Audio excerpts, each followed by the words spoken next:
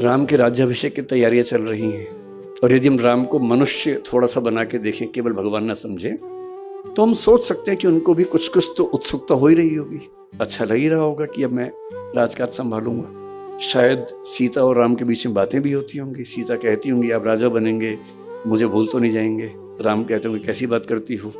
ऐसी बातें होती होंगी। चुहलबाजी तो पति पत्नी में होती होगी, उनमें भी खुशी का माहौल होगा। और अचानक एक प्रसंग घटता है। मंथरा कैकेयी को समझाती है कि क्या तुम जानती हो क्या होने वाला है। कैकेयी बहुत खुश है। कैकेयी कह रही है कि हाँ, मेरा बेटा राजा बन रहा है, राम राजा बन रहा है। क्योंकि उस समय तक कैकेयी को इस बात का इल्म तक नहीं है कि मेरा बेटा भरत और राम में क्या अंतर है, एक ही बात तो है। और तब मंथरा अपनी बुद्धि से कह रही है कोई भी राजा बने मुझे क्या नुकसान है, मैं तो नौकरानी हूं, रानी थोड़ा ना बन जाऊंगी। पर तुम्हें फर्क पड़ेगा, तुम्हारा बेटा राजा नहीं बन रहा है, कौशल्या का बेटा बन रहा है। और फिर जैसा होता है जिसको हम कहते हैं भड़काना, वो सब चीजें हुई। कैकेयी की बुद्धि फिर गई, ऐसा कह सकते हैं। उनको 2 वरदान याद आए अपने। उन्होंने अपने पति से वरदान मांग लिए।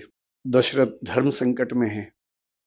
एक तरफ बेटे का मोह, जिस बेटे के लिए वो जान दे सकते हैं, इतना प्रेम करते हैं उस बेटे से, उसको राजा बनाने वाले हैं। और दूसरी तरफ है रघुकुल के ही। रघुकुल रीत सदा चली आई, प्राण जाए पर वचन ना जाई। वचन भी नहीं जाना चाहिए। खुद ही वचन दिया था कि तुमने मेरी रक्षा की है तो मैं तुम्हें 2 वचन देता हूं। अब रघुकुल का राजा अपना वचन तोड़ दे तो ये उसके कैरेक्टर के खिलाफ है, चरित्र के खिलाफ है। बेटे को कहा है कि तुम राजा बनोगे, उससे कैसे पीछे हटे। और दशरथ इतने दुख में हैं, अंत में अपने बेटे से कहते हैं कि ऐसा हुआ।